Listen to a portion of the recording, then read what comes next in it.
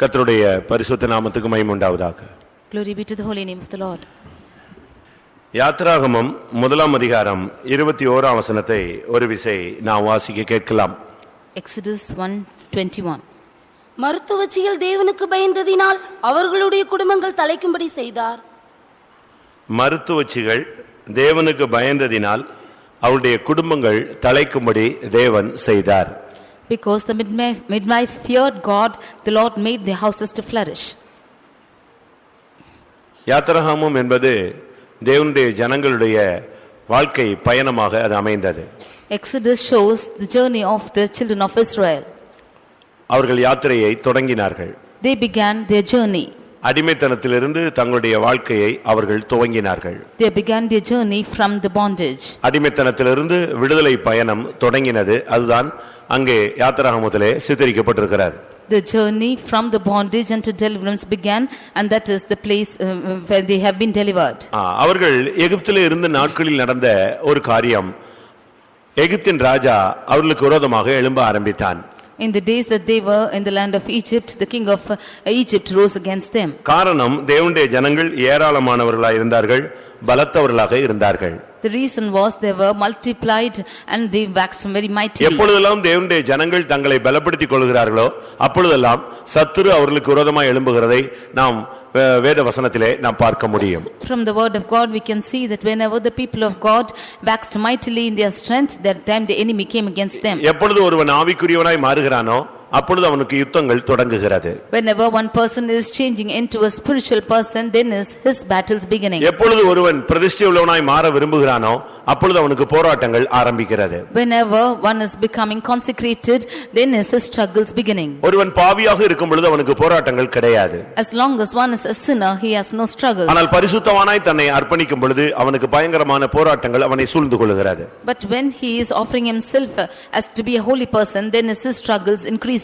இன்றைக்கும் கூட அப்படிப்பட்ட போராட்டங்களை நாம் பார்த்து கொண்டே வரலாம். Even today we can see such struggles prevailing. ஆவிக்கு விரோதமாய் மாம்சமும் மாம்சத்துக்கு விரோதமாய் ஆவியும் ஒன்றுக்கு ஒன்று எதிரடையாக நியமிக்கப்பட்டிருக்கிறது. The spirit against the flesh and the flesh against the spirit is ordained. என்ன இந்த பார்வோன் என்ன செய்தான் தெரியுமா? What did Pharaoh do? தேவனுடைய ஜனங்கள் பலமாக இருக்கிறபடியால் அவர்கள் விருத்தி அடையக்கூடாது என்கிற ஒரு சிந்தை உள்ளவனாக இருந்தான். He had in his mind, because the people were becoming mighty, that they should not progress. ஆனபடியால் பிறக்கிற பிள்ளைகளை எல்லாம் கொன்று போடும்படியாக அவன் கட்டளையிட ஆரம்பித்தான். Therefore he commanded the children who are given birth to be dead. பிள்ளை பிறக்கும்படியாக யாராவது பெண்கள் மருத்துவம் செய்யும் பொழுது அங்கே போய் சேர்ந்தால் மருத்துவச்சிகள் உடனடியாக அந்த பிள்ளையை வைக்கிறது போல வைத்து கடைசியில அதை கொன்று போட வேண்டும். The children who are going to be given birth, when they are coming to birth, these midwives should put them to death. இது 1ஆம் அதிகாரம் 16ல இருந்து நாம் பார்க்க முடியும். These we can see from first chapter verse 14 onwards. ஆண் பிள்ளையானால் கொன்று போடுங்கள், பெண் பிள்ளையானால் உயிரோடு இருக்கட்டும் என்று அவன் சொன்னான். He said, if it is a male child you can kill them, if it is a female child then you can let them alone. ஆனால் அந்த பார்வோனுடைய ஆலோசனைக்கு அந்த மருத்துவச்சிகள் செவி கொடுக்கவில்லை. But the midwives did not give hearken to the words of Pharaoh. தேவன் மருத்துவச்சிகள் நிமித்தம் தம்முடைய ஜனங்களுக்கு நன்மை செய்ய ஆரம்பித்தார். The Lord started to do good because of these midwives. ஆனபடியால் அந்த பிள்ளைகள் எல்லாம் பாதுகாக்கப்பட்டார்கள். Therefore the children were all preserved. 20ஆம் வசனத்தில் சொல்லி இருக்கிறது, தேவன் மருத்துவச்சிகளுக்கு நன்மை செய்தார். Verse 20 we see that the Lord dwelt well with the midwives. மருத்துவச்சிகள் தேவனுக்கு பயந்ததினால் அவர்கள் குடும்பங்களை அவர் தலைக்கும்படி செய்தார். Because these midwives feared the Lord made their families to progress. இன்றைய வேத பாடம், குடும்பம் தலைக்கும்படியாக நாம் என்ன செய்ய வேண்டும்? Today's Bible study is, what should we do for our families to flourish? ஒரு குடும்பம் தலைக்க வேண்டுமானால் ஒரு மனிதன் தேவனுடைய வசனத்திலிருந்து எப்படி தன்னுடைய வாழ்க்கையை அமைத்துக் கொள்ள வேண்டும்? If a family should flourish, how should a man of God lead his life according to the word of God? இன்றைக்கு உலகத்திலே குடும்பங்கள் சிதைந்து போன தன்மைகளை தான் நாம் பார்த்து கொண்டே வர முடியும். Today we can see the families in the world are being scattered abroad. ஒரு காலத்தில் நன்றாய் இருந்த குடும்பங்கள் கூட இன்றைக்கு சீரழிந்து சிதைந்து போய்விட்டது. Even the families which were once in a good state have gone into disaster these days. எத்தனையோ ராஜ வம்சங்கள் அழிந்து போனதை நாம் பார்க்க முடியும். We see that many families families have gone, have been Raja destroyed. வம்சங்கள் அழிந்து போனதை பார்க்க We முடியும். see the generation of the kings have been destroyed. எத்தனையோ பேரரசுகள் வீழ்ச்சி அடைந்ததை நாம் பார்க்க முடியும். We see that great emperors have been destroyed. இப்படி அநேக சம்பவங்களை உலக சரித்திரத்திலிருந்து வேத வசனங்களிலிருந்து நாம் விளங்கிக் கொள்ள முடியும். From the historical events and from the word of God we can understand many incidents like this. தாவீதின் குடும்பம் கூட ஒரு செழித்திருந்தது. ஆனால் அதுவும் கூட ஒரு காலகட்டத்திலே அது விழுந்து போன கூடாரம் போல மாறி போய்விட்டது. Even the family of David flourished at one time, but it became like a tabernacle fallen. விழுந்து போன தாவீதின் கூடாரத்தை கர்த்தர் எழுப்பி நிறுத்தினார் என்று வேதம் சொல்லுகிறது. We see that the word of God states that the fallen tabernacle of David was made to குடும்பம் rise. என்பது உலகத்தில் சொல்வார்கள் குடும்பம் ஒரு கோவில் என்று. We see in the world that the family is a church, ஆனா கோவில் ஒரு டெம்பிள். is a temple. குடும்பம் ஒரு கல்லறையை போலதான் இன்றைக்கு எல்லா இடங்களிலும் காணப்படுகிறது. But the families are found as sepulcher in many houses these நம்முடைய days. குடும்பங்கள் கோவில்களாக இருக்க வேண்டுமே தவிர கல்லறைகளாக இருக்கக்கூடாது. Our houses should be a temple and not a sepulcher. ஒரு தேவனுடைய பிள்ளையினுடைய குடும்பம் தழைக்க வேண்டும். A family, God's child and his family should flourish. இங்கே உட்கார்ந்து இருக்கிறீர்களே, இந்த சத்தத்தை கேட்கிறீர்களே, உங்களுடைய குடும்பங்கள் தழைத்திருக்கிறதா? You who are seated here, you who hear the word of God, is your family flourishing? தேவன் ஒரு குடும்பத்தை தழைக்க வைக்க என்ன செய்கிறார்? What does the Lord do to make a family to flourish? இல்லாவிட்டால் அந்த குடும்பங்கள் தழைக்க அவர் எதை விரும்புகிறார்? Or what does he desire that the family should flourish? என்ன செய்தால் நம்முடைய குடும்பங்கள் தழைக்கும்? What should you do that your family will flourish? இந்த மருத்துவச்சிகள் தேவனுடைய பிள்ளைகள் அல்ல. These midwives are not the children of God. அவர்கள் ரட்சிக்கப்பட்டவர்களும் அல்ல. They have not been saved. அவர்கள் எகிப்தைச் சேர்ந்தவர்கள்.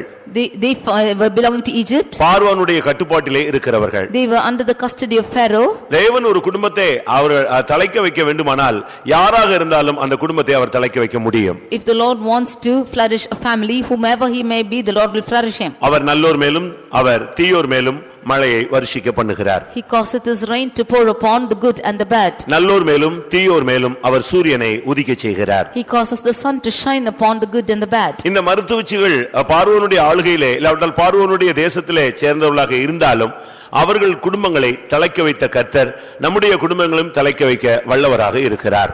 Although these midwives belong to the custody of Pharaoh or ever in the land of Pharaoh, he made them to progress, even so he will progress our lives. முதலாவது நம்முடைய குடும்பம் தழைக்க நாம் என்ன செய்ய வேண்டும்? Firstly, for our family to flourish, what should we do?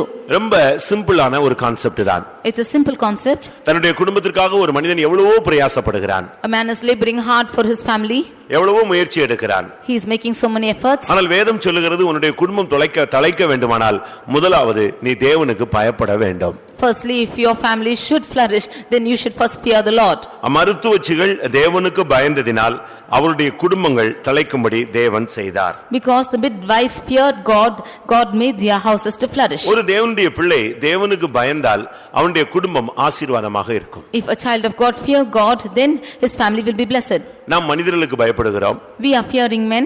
மிருகங்களுக்கு பயப்படுகிறோம். We are fearing animals. பிசாசுக்கு பயப்படுகிறோம். We are fearing Satan. நம்மை விட அதிகாரம் உள்ளவர்களுக்கு பயப்படுகிறோம். We are fearing the authorities. பெற்றோர்களுக்கு சில நேரங்களில் பயப்படுகிறோம். We fear our parents sometimes. ஆனால் தேவனுக்கு பயப்படுகிறோமா? But are we fearing God? உன்னுடைய குடும்பத்தின் ஆசீர்வாதம் இதில் தான் மறைந்திருக்கிறது. Your family's blessings is hidden in this.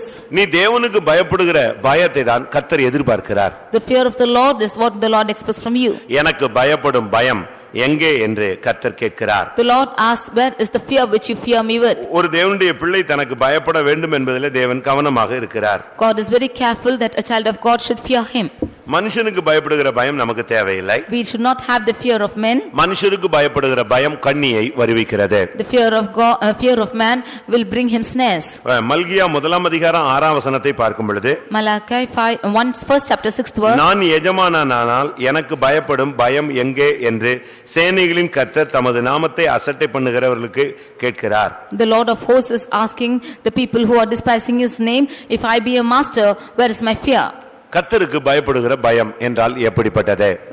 The fear of the Lord is what he expects from ஒருவன் us. கர்த்தருக்கு பயப்பட வேண்டுமானால் எப்பொழுதுமே தேவன் என்னை காண்கிறார் என்கிற ஒரு அறிவு ஒரு தரிசனம் அவனுக்கு இருந்து கொண்டே இருக்க வேண்டும். If one is fearing the Lord, then he should have a vision in his mind that the Lord is always looking upon ஒரு him. மனிதனுக்கு நாம் பயப்படுவதற்கு காரணம் என்னன்னா அவன் நம்ம பார்த்துட்டான் அப்படினா தான் நம்ம பயப்படுறோம். We only fear a man when we see him that he is watching over us. ஒரு தவறு செய்யும் பொழுது அவன் செஞ்சிட்டே இருக்கிறான். When he is doing a mistake, he is ஆனா அதே தவறை ஒருவன் பார்த்துட்டான்னு சொன்ன உடனே இவனுக்கு ஒரு பதட்டம் உண்டாகிறது. But when that mistake is being seen by the others, then he is being troubled. ஐயோ பாத்துட்டானே இந்த செய்தி இவனுக்கு கிடைச்சிருச்சே இதுதான் ஒரு பயத்தை நமக்குள்ளே உண்டு பண்ணுகிறார்.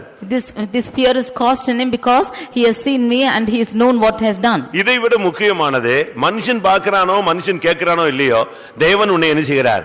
காண்கிறார். More than all this, whether man is looking at you or not, God is looking over you. உன்னுடைய உட்காருதல் உன்னுடைய எழுந்திருத்தல் இதையும் தேவன் அறிந்திருக்கிறார். Your sitting down and your standing up is known by the Lord. மனுஷன் முகத்தை பார்க்கிறான், தேவனோ உன்னுடைய உள்ளத்தின் ஆழங்களை ஆராய்ந்து அறிகிறார். Man is looking at your face, but the Lord searches out your hearts and brains. கர்த்தருக்கு பயப்படுகிற பயம் என்று சொல்லுவது கர்த்தர் என்னை காண்கிறார் என்று சொல்லும் பொழுது அந்த அறிவை நீ பயன்படுத்தி உபயோகப்படுத்தி உன்னுடைய வாழ்க்கையை அமைக்கும் பொழுதுதான் அதுதான் கர்த்தருக்கு பயப்படுகிற பயத்தை உனக்குள்ளே கொண்டு வருகிறது. When you set your lives in the fear of the Lord and you deal accordingly, only then that brings the fear of the Lord into you. அதனாலதான் அங்கே அந்நிய தேசத்திலே யோசேப்பு அந்த பெண் அவனை பாவம் செய்யும்படியாக தூண்டின பொழுது நான் தேவனுக்கு பயப்படுகிறவன் என்று அவன் சொன்னான். That is why in that strange land when that woman wanted to sin with him, he said that I fear the Lord. அப்பா பார்க்கவில்லை, Father did not see, அம்மா பார்க்க முடியாது, mother could not see, அண்ணன் தம்பி யாருக்கும் எதுவுமே தெரியாது, neither the brethren knew anything. அவன் எப்படியும் வாழலாம், He can live any way he likes, எந்த சூழ்நிலையிலும் வாழலாம், at any situation he can live. இனி எப்படி இருந்தாலும் அவனுக்கு என்ன பிரச்சனையே கிடையாது. However he lives, there's no problem for him. ஆனால் இப்பொழுது அவன் என்ன சொல்லுகிறான்? But now what he says? தேவனுக்கு விரோதமாய் நான் பாவம் செய்வது எப்படி என்றான். He says, how can I sin before the Lord? அப்படியானால் இதிலிருந்து என்ன விளங்கிக் கொள்கிறோம்? That means what can we understand from தேவன் this? என்னை காண்கிறார் ஒன்று. Firstly, God is seeing over me. இரண்டாவது நான் எது செய்தாலும் அது எந்த தவறு செய்தாலும் அது தேவனுக்கு விரோதமானது. Whatever mistake I commit, that is against the Lord. இந்த இரண்டு அறிவும் எப்பொழுதும் ஒரு தேவனுடைய பிள்ளைக்கு இருந்து கொண்டே இருக்க வேண்டும். Both these experiences must be found in a child of God. ஒன்று கர்த்தர் உன்னை காண்கிறார். Firstly, the Lord is watching over you. இரண்டாவது நீ எந்த ஒரு தவறு செய்தாலும் அது தேவனுக்கு விரோதமானது. Secondly, whatever mistake you commit, it is against the Lord. இந்த ரெண்டு அறிவும் தான் உன்னை சரிப்படுத்தும் போதே அதுதான் தேவனுக்கு பயப்படுகிற பயம். Only these two experiences are rectifying you, that is the fear of the Lord. தாவீது பத்சேபாளுக்கு விரோதமாக பாவம் செய்தான். David sinned with Bathsheba. பத்சேபாளோடு அவன் தவறு செய்தான். He committed sin with Bathsheba. ஆனால் தேவனுடைய சமூகத்தில் வந்து அறிக்கை செய்யும் பொழுது அவன் என்ன சொல்லுகிறான்? But when he came and confessed in the presence of God, what he says? வேதம் என்ன சொல்லுகிறது? What does the word of God say? அவன் சொல்லுகிறான், நான் தேவரீர் ஒருவருக்கு விரோதமாகவே பாவம் செய்தேன். He says, I have sinned against the Lord God alone. 51ஆம் சங்கீதம் 4ஆம் வசனத்தில் இந்த வார்த்தையை அவர் உபயோகிக்கிறான். 51st Psalm verse 4 he says this word. அப்படியானால் இது தேவனுக்கு விரோதமான குற்றம் என்கிற அறிவு இவனுக்கு இப்பொழுதுதான் கிடைத்தது. When did he receive the wisdom of ஆனால் தேவன் என்னை காண்கிறார் என்கிற அறிவு அவனுக்கு இருந்திருக்குமானால், if he had the thought that the Lord is watching over him, தேவன் என்னை பார்த்துக் கொண்டே இருக்கிறார் என்கிற அறிவு இருந்திருக்குமானால் இந்த தவறை அவன் செய்திருக்கவே மாட்டான். he wouldn't have committed the sin if the Lord is watching over him. லூக்கா எழுதின சுவிசேஷத்திலே நாம் அந்த இளைய குமாரனை பார்க்கும் பொழுது, in the gospel of Luke when we see about the younger son, அவனுடைய அறிக்கை என்ன? what is his confession? ஒரு காலத்தில் அவனுக்கு அந்த அறிவு இல்லை.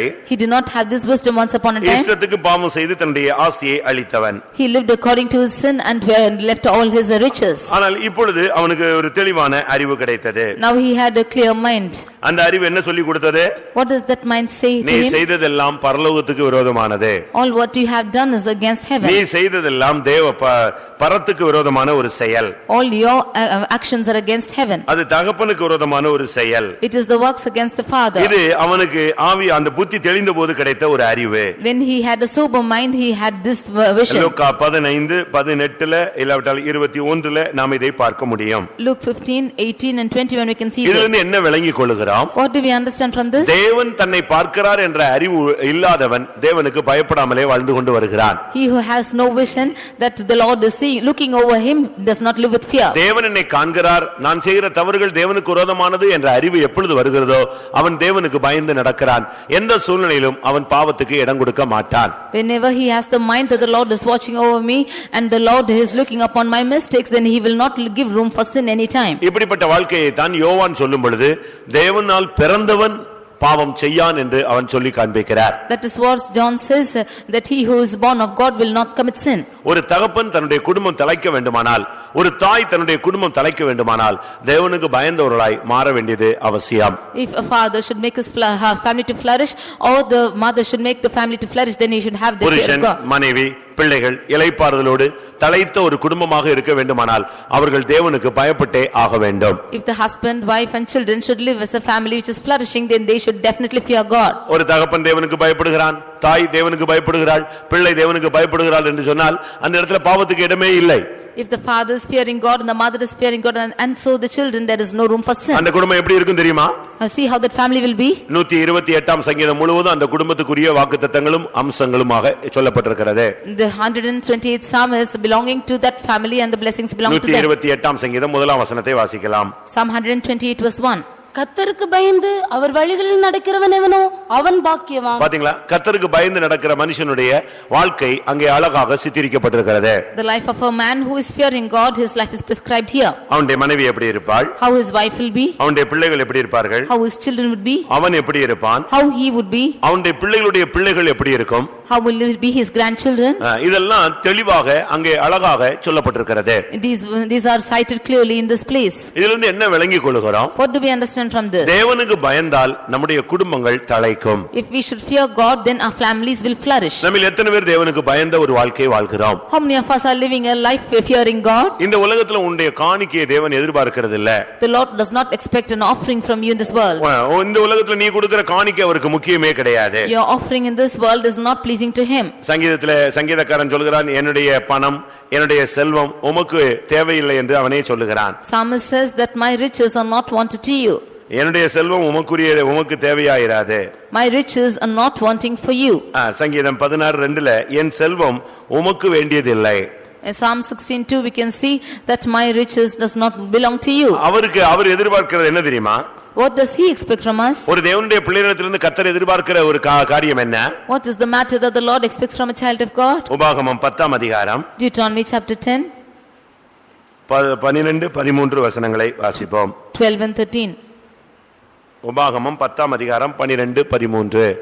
இப்பொழுதும் இஸ்ரவேலே, நீ உன் தேவனாகிய கர்த்தருக்கு பயந்து அவர் வழிகளில் எல்லாம் நடந்து அவரிடத்தில் அன்பு கூர்ந்து உன் முழு இருதயத்தோடும் உன் முழு ஆத்துமாவோடும் உன் தேவனாகிய கர்த்தரை சேவித்து நான் இன்று உனக்கு கற்பிக்கிற கர்த்தருடைய கற்பனைகளையும் அவருடைய கட்டளைகளையும் உனக்கு நன்மை உண்டாகும்படி கைக்கொள்ள வேண்டும் என்பதையே அல்லாமல் வேற எதை உன் தேவனாகிய கர்த்தர் உன்னிடத்தில் கேட்கிறார். முதல் வார்த்தை, இஸ்ரவேலே உன் தேவனாகிய கர்த்தருக்கு பயந்து நட, வேற எதை உன் தேவனாகிய கர்த்தர் உன்னிடத்தில் கேட்கிறார்? The first verse it says, now Israel, what does the Lord God require of thee but to fear the Lord thy God? கர்த்தருக்கு பயந்து நடக்கிறது தான் கர்த்தர் முதலாவது உன்னிடத்தில் கேட்கிறார். Firstly the Lord asks thee to walk in fear of அதிலிருந்து என்ன God. விளங்கிக் கொள்கிறோம்? What do we understand from this? ஒரு பாவம் இல்லாத ஒரு வாழ்க்கையை தான் கர்த்தர் உன்னிடத்தில் எதிர்பார்க்கிறார். A life without sin is what the Lord expects from you. மற்ற எதுவுமே தேவன் உன்னிடத்திலிருந்து எதிர்பார்க்கிறது இல்லை. The Lord does not expect anything else from you. உன்னுடைய பணம், உன்னுடைய பொருள், உன்னுடைய ஆஸ்தி இவைகள் எல்லாம் அவருக்கு முக்கியமானது அல்ல. Your money, your riches and your wealth is not important for him.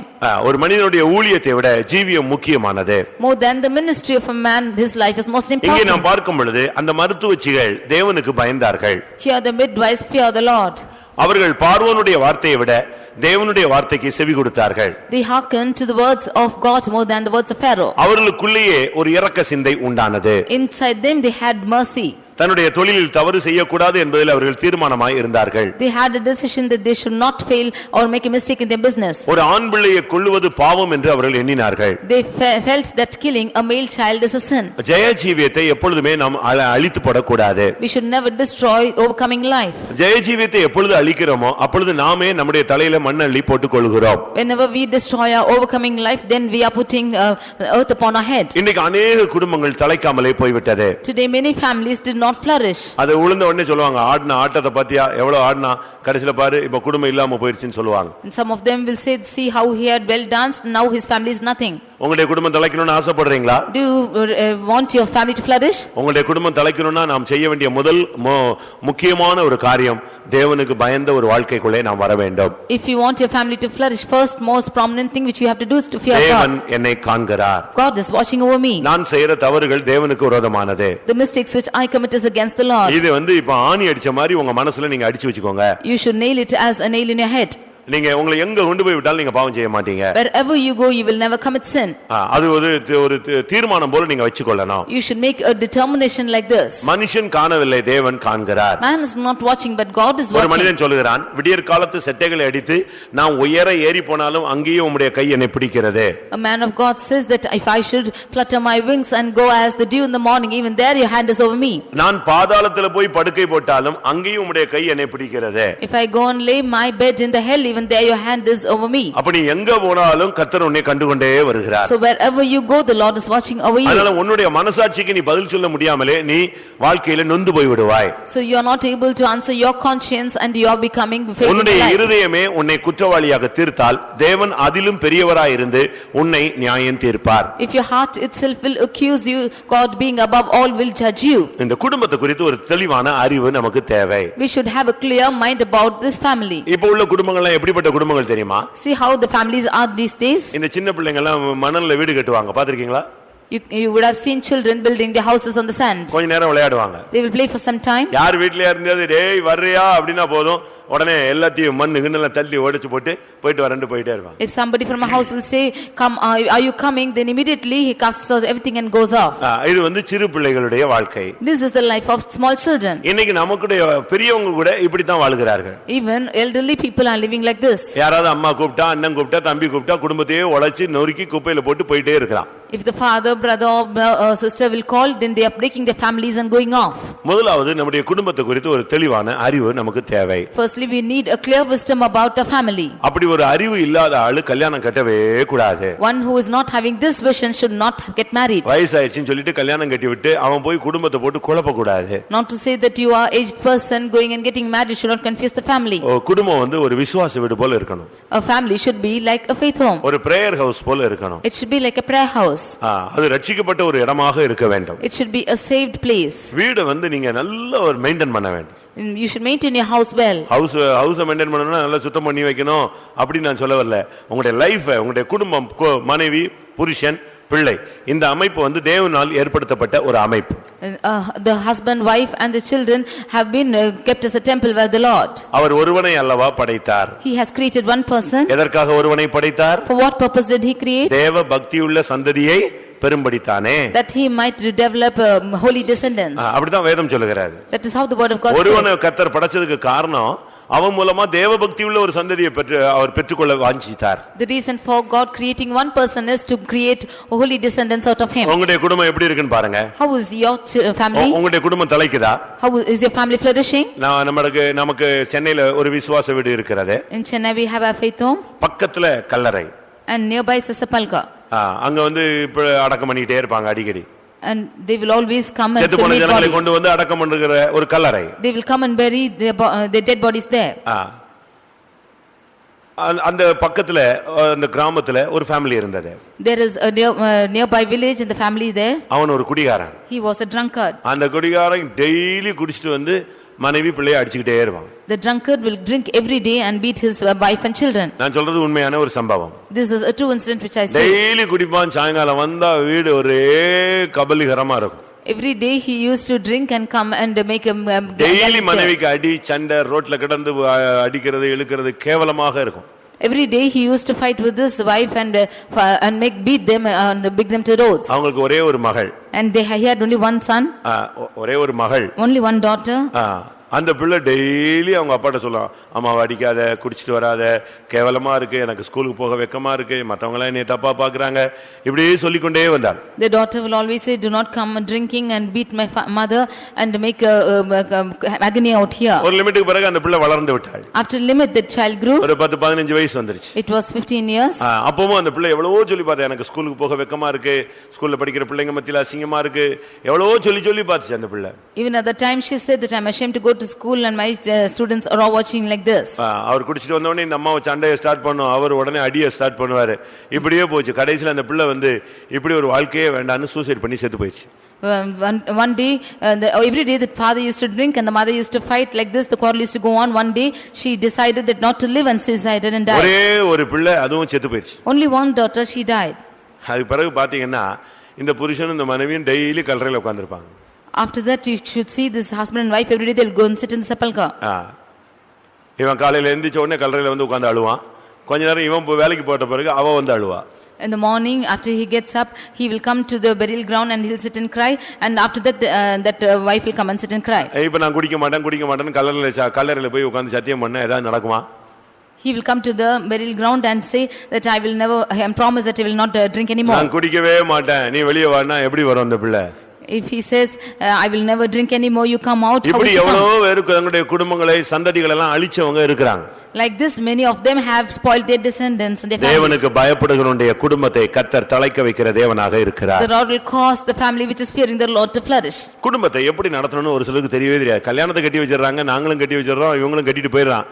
என்ன சொன்னாலும் அன்னைக்கு ஆமென், என்ன உடன்படிக்கையில நீங்க இன்னொரு காமன் நேரம் சொல்ல சொன்னா கூட வாழ்விலும் தாழ்விலும் சொல்லிக்கிட்டே இருப்பான்.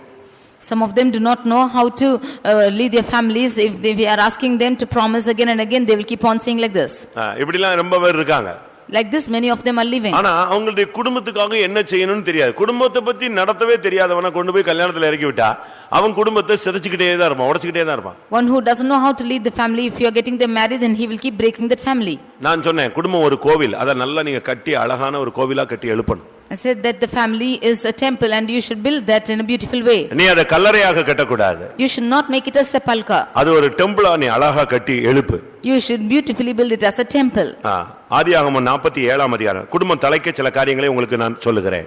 I tell you certain things for the family to ஒன்று flourish. தேவனுக்கு பயப்படுதல். First leads to fear God. இரண்டாவது யோசேப்பின் ஆவி நமக்கு தேவை. Secondly, we need the spirit of Joseph. ஆதியாகமம் 47ஆம் அதிகாரம் 12ஆம் வசனம். Genesis 47:12. யோசேப்பு தன் தகப்பனையும் தன் சகோதரரையும் தன் தகப்பனுடைய குடும்பத்தார் அனைவரையும் அவரவர்கள் குடும்பத்திற்கு தக்கதாய் ஆகாரம் கொடுத்து ஆதரித்து வந்தான். அங்கே யோசேப்பு தன்னுடைய குடும்பத்தார் அனைவரையும் ஆகாரம் கொடுத்து ஆதரித்து வந்தான். Here Joseph is nourishing all his household members with bread.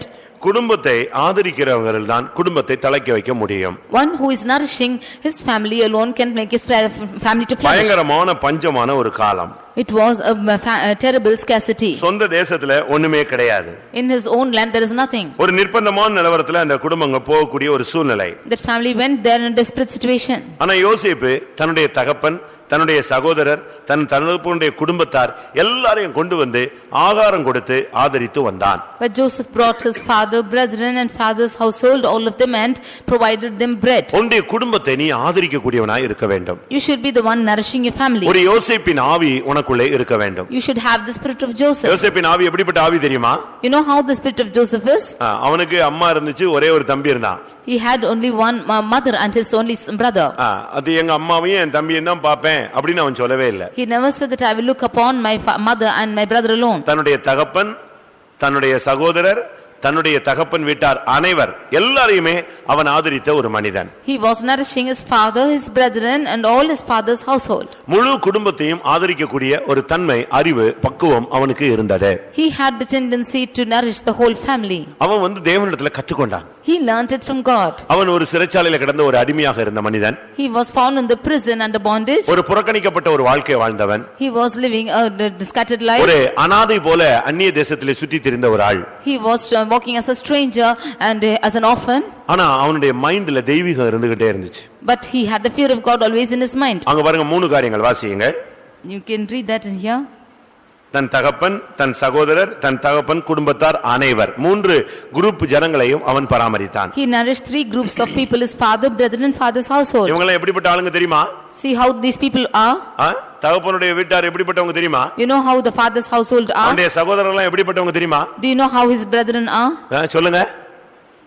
யோசேப்புன்னா உயிரை கொடுக்கிறவனா உயிரை எடுக்கிறவனா? If it is Joseph, will they give life or take his life? சொல்லுங்க. யோசேப்புன்னு சொன்னா இவங்க எல்லாம் உயிரை கொடுத்துருவாங்களா இல்ல உயிரை எடுப்பாங்களா? Will they give their life to Joseph or take him out? அவன் தூரத்துல வர்றானவனே, டேய் வந்துட்டான், இன்னைக்கு வசமா சிக்கிட்டான், இவனை இன்னைக்கு எரிஞ்சிரணும், கொன்னே போடணும், எப்படி வாக்குத்தத்தம் நிறைவேறுது பார்க்கலாம் அப்படின்னு சொன்ன ஆளுங்க அவங்க எல்லாம். They were the ones who said that we will kill him when he came afar off. ஏன்னா ஒவ்வொருத்தன் கேரக்டர் எப்படிப்பட்ட கேரக்டர் தெரியுமா? Because each one's character is like this. தம்பின்னு உடனே கழுத்தை பிடிச்சிட்டு இருக்க வேண்டாம், கழுத்தை பிடிச்சிட்டான்னா அவன் கழுத்தை நெரிச்சிட்டான்னு அர்த்தம். If it is a brother, means if he should hold on to his neck, then he will kill him. அவங்க வந்து ஒருத்தன் சர்ப்பம், One is a serpent, ஒருத்தன் வந்து கழுதை, one is an ass, ஒருத்தன் ஓநாய், one is a wolf, ஒருத்தன் சிங்கம், one is a lion. இப்படி ஒவ்வொன்றும் ஒவ்வொரு கேரக்டர்ல உள்ள ஆளுங்க. இவர்களை கூட இவன் நேசிச்சு அழகா பராமரிச்சான். Each of them has one character. Even them he could love and he could nourish them. நீங்க இந்த விஷயத்துல அந்த சகோதர ஸ்நேகத்தை விட்டு கொடுக்கவே கூடாது. Today you should understand that you should not leave your brotherly love. ஒரு தெய்வீக மனப்பான்மை இருந்தாதான் குடும்பங்கள் தழைக்கும். Only if you have a divine mind, then your families will flourish. ஒரு சிலர் சொல்லுவாங்க நானு என் மனைவி என் பிள்ளை இப்படியே உட்கார்ந்துக்கோன்னு சொல்லுவாங்க. இப்படி இருந்துட்டு கடைசியா செத்து போன போது இந்த மூணு பேர் தான் உட்கார்ந்திருக்கணும். Some of them will say that I and my wife and my child, and finally when they die only three of them should sit. ஒரு சிலர் சர்ச்சில் கூட பாருங்க யார்ட்டையும் மிங்கிளே ஆக மாட்டாங்க. ஒரு வீட்டுல கல்யாணம் போக மாட்டான், ஒரு வீட்டுல ஏரியா பிரேயர் போக மாட்டான், ஒரு வீட்டுல சாவு போக மாட்டான். திருப்பி நீ செத்தாலும் ஒருத்தனும் வர மாட்டான், நீ கல்யாணம் கட்டினாலும் ஒருத்தனும் வர மாட்டான். Some of them even in the churches, they will not mingle with anybody, they will not go for any marriages or for any death or for any functions. Even for your sake it will be like that. குடும்பம் தலைக்கணும்னா நீ குடும்பத்தை ஆதரிக்க கூடியவனா இருக்க வேண்டும். If the family should flourish, you should be the one nourishing your family. ஒரு தெய்வீக சிந்தையோடு நீங்கள் குடும்பங்களை கட்டி எழுப்புங்கள். With a divine thought you should build up your family. இன்னும் நான் இதை சொன்ன உடனே பத்தியா பாஸ்டர் சொல்லிட்டாங்க, அதனால எல்லா அண்ணன் தம்பிலாம் வருவான், நீ சோறு போட்டுக்கிட்டே இரு அப்படிம்பாங்க ஒரு சிலர். Some of them will say, because pastor told like this, all my brothers will come, you should feed them. வந்தா சாப்பாடு போடுறது தப்பு அல்ல. Not if they come, if you should feed them, it's not wrong. நான் அதுக்கு உங்களுக்கு மறுமொழி கொடுக்கிறேன். And I will reply you again. ஆதியாகமம் 30ஆம் அதிகாரம் 30ஆம் வசனத்துல யாக்கோபு சொல்றான், நான் உங்க குடும்பத்தையே பார்த்தா என் குடும்பத்தை என்னைக்கு பார்க்கிறது அப்படின்னு கேட்டான். Genesis 30:30, he says that if I should look at your family, who will look at me? ஆதியாகமம் 30:30. நான் வரும் முன்னே உமக்கு இருந்தது கொஞ்சம், நான் வந்த பின் கர்த்தர் உம்மை ஆசீர்வதித்ததினால் அது மிகவும் பெருகியிருக்கிறது. இனி நான் என் குடும்பத்துக்கு சம்பாத்தியம் பண்ணுவது எப்பொழுது என்றான். இனி நான் என் குடும்பத்துக்கு சம்பாத்தியம் பண்ணுவது எப்பொழுது? He says, now when shall I provide for my own house also? ஒரு சிலர் சம்பாதிச்சு கொடுத்துக்கிட்டே இருப்பாங்க, இங்க இவங்க பிள்ளைகளுக்கு சாப்பாடு இருக்காது. அப்படி இந்த அவராது குடும்பத்தை நடத்த ஒரு சரியான நாலேஜ் நமக்கு தேவை. We need a proper mind to lead the family, that we should earn and not only provide to our family. ஒரு 20 வருஷம் இவன் மாமனார் வீட்ல அடிமை போல உட்கார்ந்துட்டே இருந்தான். For 20 years he was a bondage under his father-in-law's house. ஆனா இப்போ என்ன நடந்தது? But now what happened? இவன் சொல்றான், இனிமே என்னுடைய குடும்பத்துக்கு நான் சம்பாத்தியம் பண்ணணும்னு ஆசைப்படுறேன். Now he says that he desires to provide for his own house. என் ஃபேமிலியை என் பிள்ளைகளை பார்க்கணும்னு ஆசைப்படுறேன். I desire to look after my own family and children. அதனால நான் என்னுடைய வழியில போனாதான் எனக்கு சரியா வரும். If I should leave this place alone, it will be right. இருந்து என்ன விளங்கி கொள்கிறோம்? What do we understand from this? குடும்பத்தை ஆதரிக்கணும், அண்ணன் தம்பி எல்லாம் தேவை. ஆனா அதே நேரத்துல அண்ணன் தம்பி தான் வாழ்க்கைன்னு நீ போய் உன்னுடைய குடும்பத்தை நடுத்தருல விட்டு விட கூடாது. You need your brethren and you should provide for them, but thinking that they are only your own, you should not leave your family. ஆபத்தில் உதவவே சகோதரன் பிறந்திருக்கிறார். For to help in the times of danger is the brother born. உன்னுடைய அண்ணனுக்கோ தம்பிக்கோ உன்னுடைய குடும்பத்துல யாருக்கோ கஷ்டம்னா நீ அவர்களை ஆதரிக்க வேண்டியது உன்னுடைய கடமை. For your brother or your younger brother, it is needful for you to help them in times of need. அது தவறு கிடையாது. அது மனைவியும் தடுக்க கூடாது, புருஷனும் தடுக்க கூடாது. That should not be a harm, whether it be for a wife or a husband. ஆனா அதே நேரத்துல But at the same time, எங்க அண்ணன் தான் முக்கியம், எங்க அக்கா தான் முக்கியம், மனைவி முக்கியம் இல்ல, புருஷன் முக்கியம் இல்ல, அப்படிப்பட்ட ஸ்டேட்மென்ட்கள் குடும்பத்தை நொறுக்கி விடுகிறது. one who says that my mother, my sister or my brother is most important, then you will spoil a family. அப்படிப்பட்டவங்க கல்யாணம் கட்டாமலே அண்ணன் தம்பியோடு இருந்து கொண்டே இருக்க வேண்டும். Such people could live with the brothers and sisters without getting married. ஏன்னா அவங்களுக்கு குடும்பத்தை கட்டி எழுப்ப தெரியாது. Because they do not know how to build their family. குடும்பத்தை கட்டி எழுப்ப தெரியாதவனுக்கு குடும்ப வாழ்க்கை அவசியம் இல்லை. One who doesn't know how to build that family life is not needful for them. பைபிள்ல தீக்குருவிகளை குறித்து சொல்லி இருக்கிறது. We read about ostriches in the word of God. அந்த தீக்குருவி என்ன செய்யும் தெரியுமா? முட்டையை இட்டுட்டு அது பாட்டு போயிட்டே இருக்கும். The ostrich will lay its leg and just walk off. அது யாராவது மிதிச்சிடுவாங்களே, அது பொரிக்குமா, அது அடகாக்கணுமே, அந்த அறிவே அதுக்கு கிடையாது. It will not have a mind if somebody will walk over it and break it, or if the chick should be burst out. அது தீர்க்கதரிசன புத்தகங்கள்ல அழகாக சொல்லி இருக்கிறது. We can read that in the prophetical book. நாம் அப்படி இருக்க கூடாது. We should not be found like that. நம்முடைய குடும்பத்தை குறித்து எப்பொழுதுமே ஒரு கவனம் இருந்துகிட்டே இருக்க வேண்டும். We have always a thought about a family. நம்ம அலைந்து திரிஞ்சு சம்பாதிக்கிறது, கஷ்டப்படுறது, பாடுபடுறது எல்லாமே நம்முடைய சந்ததிகளுக்காக தான். We are just going about and earning just for our descendants. நீ அந்த வேலையை நீ சரியான விதத்துல செய்ய வேண்டும். You should do this work in a right manner. ஒன்று நீ தேவனுக்கு பயப்படுவது, இரண்டாவது நீ தேவனுடைய குடும்பத்தை நீ ஆதரிக்க வேண்டியது அவசியம். Firstly, you should fear God. Secondly, you should nourish your family. மூன்றாவது, thirdly, இங்கே யாக்கோபு சொல்கிறான், என் குடும்பத்துக்கு நான் சம்பாத்தியம் பண்ண வேண்டும். Here Jacob says that I should provide for my own house. ஒரு சிலர் எல்லாம் சம்பாத்தியம் பண்ணுவாங்க, ஒரே நாள்ல அழிச்சிருவாங்க. Some of them will earn but destroy it in one day. அது தவறு. That is wrong. சுகபோக வாழ்வை நம்ம வாஞ்சிக்க வேண்டிய அவசியமே கிடையாது. We should not desire for a luxurious life. 1ஆம் தேதியில இருந்து 10ஆம் தேதி வரைக்கும் பாத்தீங்கன்னா ராஜ சாப்பாடா இருக்கும். 30ஆம் தேதி பாத்தீங்கன்னா பிச்சைக்கார சாப்பிடுற சாப்பாடாயிரும். You will have the king's meat from 1st to 10th, and after that on 30th you will have a beggar's meat. இவங்களுக்கு அந்த வரவை வச்சு செலவு செய்யக்கூடிய அந்த கெபாசிட்டி இல்ல. They have no capacity to run the family with the income. ஒரு சிலர் வந்து சம்பாதிச்சது காலியாகிற வரைக்கும் அடுத்த சம்பாத்தியம் பண்ண மாட்டான். Some of them until they make an end for their all their salary, they will not go and earn. உனக்கு கையில் கர்த்தர் கிருபை தர வரைக்கும் நீ சம்பாதிச்சுக்கிட்டே இருக்கலாம். As the long the Lord grants you grace, you should go and earn. வேதம் என்ன சொல்லுகிறது? What does the word of God say? ஐஸ்வரியத்தை சம்பாதிக்கத்தக்க பலனை கர்த்தரே உனக்கு தருகிறார். The Lord grants the strength that you might earn riches. எவ்வாகமம் 8ஆம் அதிகாரத்தை பார்க்கும் பொழுது Deuteronomy chapter 8 18ஆம் வசனத்திலே verse 18. ஐஸ்வரியத்தை சம்பாதிக்கிறதான பலனை அவரே உனக்கு கொடுக்கிறவர். The Lord grants the strength that you might earn your riches. அதனால கர்த்தருடைய ஆசீர்வாதம் உனக்கு ஐஸ்வரியத்தை தரும். Therefore the blessing of the Lord will add riches to him. உன் கையினால் செய்ய முடிந்ததை நீ முழு பலத்தோடு செய், கர்த்தர் அதை உனக்கு வாய்க்க பண்ணுவார். That which you do out of your hands, do it with all your strength, and the Lord will make it கடன் progress. வாங்கி வாழ்வதை விட உன் கையின் பிரயாசத்தை நீ சாப்பிடுவது நல்லது. More than getting lent from the others and eating, it's good for you to eat of the fruit of your hands. இப்ப யாக்கோபு 20 வருஷம் மாமனார் வீட்ல இருந்து விட்டான். Jacob was there in his father-in-law's house for 20 அவன் years. சொல்றான், இப்பொழுது இனிமே நான் என் குடும்பத்துக்கு சம்பாதிக்கணும்னு ஆசைப்படுறேன். He said, hereafter I desire to earn for my family, ஏன்னா எனக்கும் பிள்ளைகள் இருக்காங்க. because I too have children. என்னுடைய பிள்ளைகளுடைய வருங்காலத்தை நான் பார்க்க வேண்டும். I should look for the future of my children. அது அவனுடைய சிந்தையில இருந்து கொண்டே இருந்தது. That was in his mind. இன்னைக்கு பாருங்க, இன்னைக்கு சம்பாத்தியங்கிறது ரொம்ப கஷ்டமான ஒரு காரியம். Today earning is most difficult. இரண்டாவது ஏர்னிங் நம்முடைய குடும்பத்துக்கு காணுதான்னு பார்த்தா அது அதை விட கஷ்டமானது. And the earning to meet our family's needs is most important, is very difficult. ஏனென்றால் இன்னைக்கு உள்ள நம்முடைய வாழ்க்கை முறையில நம்முடைய தேவைகள் அதிகரித்துக் கொண்டே வருகிறது. Because the needs for our daily needs are increasing. ஒவ்வொரு இடத்துல பயங்கரமான செலவுகளை நாம் செய்ய வேண்டியிருக்கிறது. And we have to expend more in some places. Budget தாக்கல் செய்றோம், ஆனாலும் நிதி பற்றாக்குறை வந்துகிட்டே தான் இருக்கு. Although the budget is being put every year, there is every shortcoming, everything. நம்ம என்னெல்லாமோ பிளான் போடுறோம், அது இன்னொரு பிளான்ல போயிட்டே இருக்கு. We have different plans, but it's going in different angles. படிப்புக்கே நம்ம எவ்வளவோ செலவழிக்க வேண்டியிருக்கு. For education we have to spend a lot. ஒரு சிலர்லாம் தன்னுடைய Dressக்காகவே கணக்கொடுக்கலாம் செலவழிக்கிறாங்க. Some of them spend lavishly for their dressing. செருப்புக்காக பயங்கரமா செலவழிக்கிறவங்க இருக்காங்க. For their footwear they are spending a lot. ரொம்ப சிம்பிளா நீங்க வாழ்ந்து பழகிட்டீங்கன்னா இந்த விசுவாச மார்க்கத்துல நீங்க தைரியமா போயிட்டே இருக்கலாம். If you practice to live a simple life, you can boldly go on in this faith life. வாழ்க்கை முறையை நீங்க எளிமையா மாற்றுங்க, உங்களுடைய தேவைகள் நிறைவாக உங்களுக்கு இருக்கும். You make your lifestyle simple and all your needs will be satisfied. கால்ல போடுற செருப்புக்கு நம்ம 1000 ரூபாய் செலவழிக்க வேண்டிய அவசியம் இல்லன்னு நான் நினைக்கிறேன். I think there is no need for us to spend 1000 rupees for our footwears. வீட்ல 1000 ரூபாய் போட்டு கால்ல போட்டு தேய்ச்சிட்டே இருப்பீங்களா? Will you give 1000 rupees and just always put it over your legs? அது மாடலா வந்த உடனே மாட்டிக்கிறீங்க. If it's coming in a model, then you will put it on. நான் சொல்றது உங்களுக்கு ஒருவேளை கஷ்டமா இருக்கும். It might be difficult to you. நீ கஷ்டப்படுறத நீ அனாவசியமா வீணாக்க கூடாது. பிற்காலத்துல உன்னுடைய தேவைகளுக்கு அதை வைப்பது நல்லது. But what you are laboring hard, you should not lavishly spend it, but in the later times it will be good for you. ஒரு சிலர்லாம் ரொம்ப அசால்ட்டா பேசுவாங்க, இன்னைக்கு சம்பாதிக்கிறோம் நாளைக்கு இருக்கோமோ இல்லையோன்னு. நாளைக்கு போய் அடுத்த வீட்ல போய் வாசல்ல நிப்ப கடனுக்கு. Some of them will speak like this, that who will see that whether we live for tomorrow or not, but next day they will go and lend. நம்முடைய ஆளுங்களுக்கு கர்த்தர் ஆசீர்வதிப்பார் என்கிற விசுவாசத்தை காட்டிலும் more than the faith that the Lord will bless us.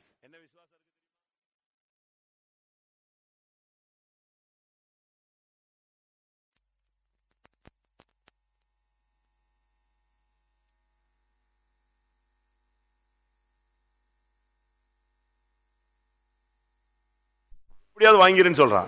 He says that more than I having the faith that I will repay the money which I ask. கர்த்தர் உன்னை ஆசீர்வதிப்பார் என்று விசுவாசி, வாங்கின கடனை திரும்ப கொடுக்க உதவுவார் என்று நீ விசுவாசிக்க வேண்டாம். You should believe that the Lord will bless me, not to believe that you can repay the debt. உன்னுடைய பிள்ளைகளுக்காக நீ சம்பாதிக்க வேண்டும். You should earn for your children. உன்னுடைய குடும்பத்துக்காக நீ சம்பாதிக்க வேண்டும். For your family you should earn. ஒரு அதே நேரத்துல சம்பாதிக்கணும்னு சொல்லிட்டு நீ கஞ்சத்தனமா சுத்தணும்னு அவசியம் இல்ல. You should not be miserly because you are earning. எளிமையான வாழ்க்கை வேறு, கஞ்சத்தனமான வாழ்க்கை வேறு. Living a simple life is different from a life of a miser. உண்ண உணவும் உடுக்க உடையும் இருந்தால் அதுவே போதும் என்று இருக்க கடவோம். You should be satisfied if you have to eat and to drink and to போதும் store. என்கிற மனதுடனே கூடிய தேவ பக்தியே மிகுந்த ஆதாயம். Divinity with contentment is much more gain. குடும்பம் தலைக்கணும்னா நீ அந்த குடும்பத்துக்காக பிரயாசப்பட வேண்டியது அவசியம். If the family should flourish, you have to labor for that family. 98ஆம் சங்கீதம் 3ஆம் வசனத்தை பார்க்கும் பொழுது In 98th Psalm verse 3, அங்கே கிருபையும் உண்மையையும் கர்த்தர் நினைவு கூர்ந்தால் உன் குடும்பம் தலைக்க ஆரம்பிக்கும். if you should rest upon the grace and the truth, your family will flourish. அவர் இஸ்ரவேல் குடும்பத்துக்காக தமது கிருபையையும் உண்மையும் நினைவு கூர்ந்தார். பூமியின் எல்லைகள் எல்லாம் நமது தேவனுடைய ரட்சிப்பை கண்டார். உன்னுடைய குடும்பத்துக்காக தேவன் கிருபையை நினைவு கூறுகிறார். The Lord remembers your mercy and truth for your family. குடும்ப வாழ்க்கைக்கு கிருபை ரொம்ப அவசியம். You need grace for your family life. ஆண்டவருடைய உண்மை நமக்கு அவசியம். We need the truth for the கிருபை இல்லன்னா எந்த பெரிய குடும்பமும் நல்ல அமைந்த குடும்பம் கூட ஒரே நிமிஷத்துல உடைஞ்சு போயிடும். If you have no mercy or grace in 1 second, however great the family is, it will be broken. குடும்ப வாழ்க்கைக்கு மிகவும் தேவையானது கிருபை. You need grace for the family life. கிருபை எப்போ கிடைக்கும்? When will the grace be broken? கிருபை எப்போ கிடைக்கும்? How will the grace be broken? சொல்லுங்க. கிருபை எப்போ கிடைக்கும்? When will you receive grace? கூட்டத்துக்கு போனா கிடைக்குமா? Can you receive it when you go for meeting? சொல்லுங்க. அதிகாலையில் அவருடைய கிருபை புதிதாக இருக்கிறது. Early morning his grace is new. காலைதோறும் அவருடைய கிருபைகள் புதிது. Every day his grace is new. காலையில நீ கொஞ்ச நேரமாவது கர்த்தருடைய பாதத்துல விழுந்து கிடந்தேனா உனக்கு கர்த்தர் கிருபை கொடுப்பாரு. உன் குடும்பம் ஸ்மூத்தா ரன் பண்ண ஆரம்பிக்கும். Morning, if you should lay at the feet of God, then your family will run a smooth manner. The Lord will give you இன்னைக்கு grace. குடும்பங்கள்ல பிரச்சனைக்கு காரணமே கிருபை இல்லாததுதான். The reason why the problem is existing in families without grace. புருஷனோடு வாழ மனைவிக்கு கிருபை இல்ல.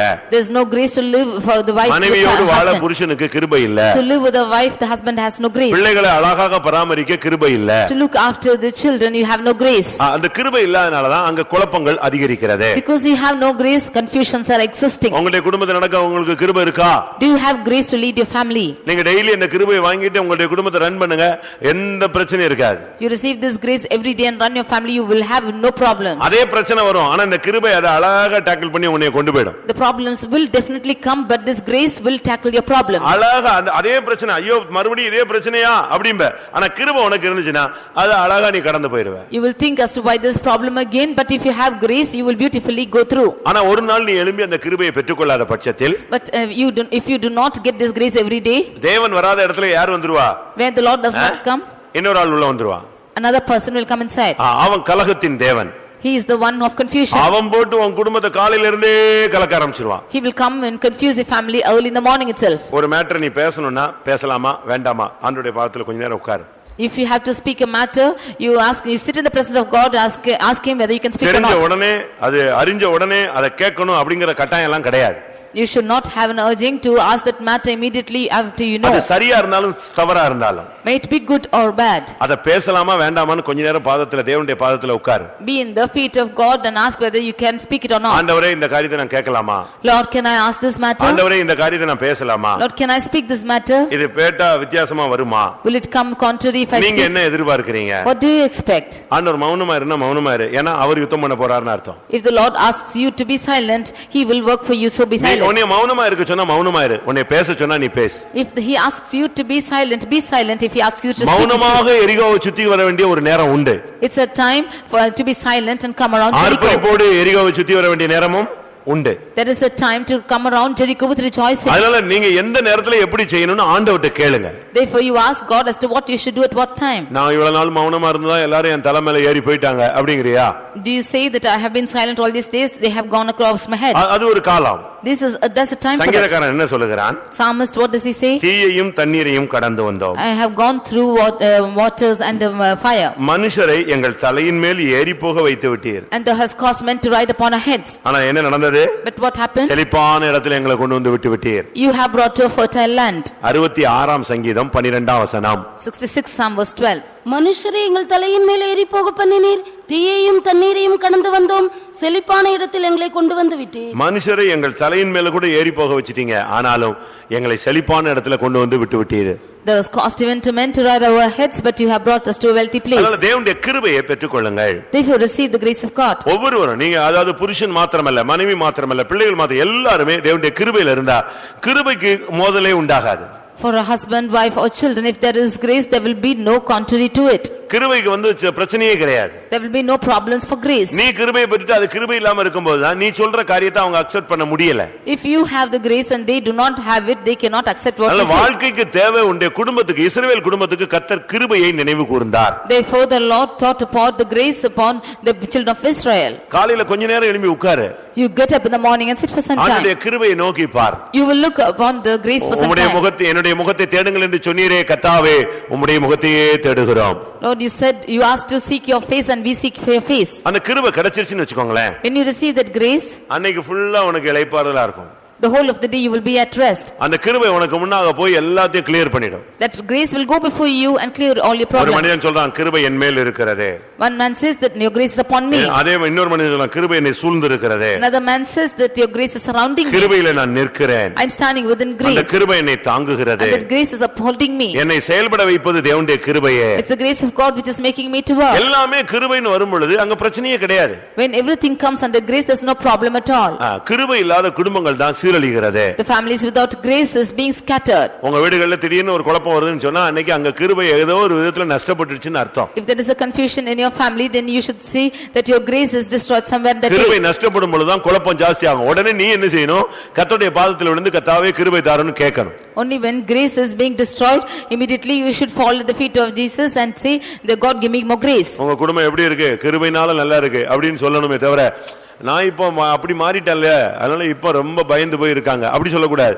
கிருபையினால நல்லா இருக்குன்னு நீ சொல்லி பழகு. You should always say my family is well by the grace of God and not to say that I have changed and therefore they are in this state. 135 சங்கீதம் 20 வசனத்துல நீங்க துதிக்கும் பொழுது இந்த கிருபை உங்களுக்கு கிடைக்கிறது. Psalm 135 verse 20 we see when you praise God you receive this grace. Levi குடும்பத்தாரே கர்த்தரை ஸ்தோத்திரியுங்கள், கர்த்தருக்கு பயந்தவர்களே கர்த்தரை ஸ்தோத்திரியுங்கள். லேவி குடும்பத்தாரே கர்த்தருக்கு பயந்தவர்களே கர்த்தரை ஸ்தோத்திரியுங்கள். O house of Levi, he that fear the Lord bless the Lord. நீ கர்த்தருக்கு பயந்தேன்னா தானாகவே ஸ்தோத்திரம் பண்ணிட்டே இருப்பாய். If you will fear the Lord, you will automatically praise God. வீட்ல ஒரு சின்ன பிரச்சனை நீ வாய்க்குள்ளேயே ஸ்தோத்திரம் பண்ணு, மனதுக்குள்ளேயே ஸ்தோத்திரம் பண்ணு, அந்த ஆவி அடிபட்டு போயிடும். If you have a small problem, then in your mind you keep praising God, that spirit will be defeated. ஒரு சின்ன காரியம்னா ஸ்தோத்திரம் பண்ணிட்டே இரு. லேவியின் குடும்பம் இல்ல, நீ கர்த்தருக்கு பயந்தவனுடைய குடும்பம் அல்லவா, நீ உடனே ஸ்தோத்திரம் பண்ணிட்டே இரு, அந்த ஆவி அழிக்கப்பட்டு போயிடும். Are you not the house of Levi who did fears the Lord? Therefore you keep praising God, then that spirit will be destroyed. நீங்க அப்படி ஸ்தோத்திரம் பண்றீங்களா? Are you praising like this?